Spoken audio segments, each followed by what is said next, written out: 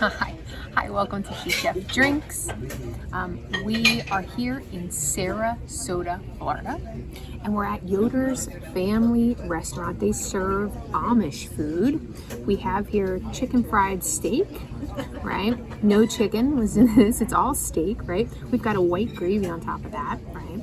And then we've got mashed potatoes, white gravy, and this is basically like a chicken stuffing here with the gravy as well. We've got our buttered noodles, buttered Amish noodles, and of course, which was courtesy.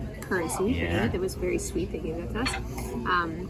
The other thing they give you here on the side I wanted to show you. So this is not ketchup. This is not barbecue sauce. This is apple butter, guys. It's cooked down, apples cooked down with cinnamon, kind of a little bit chunky, delicious. Goes on their really beautiful house-made bread.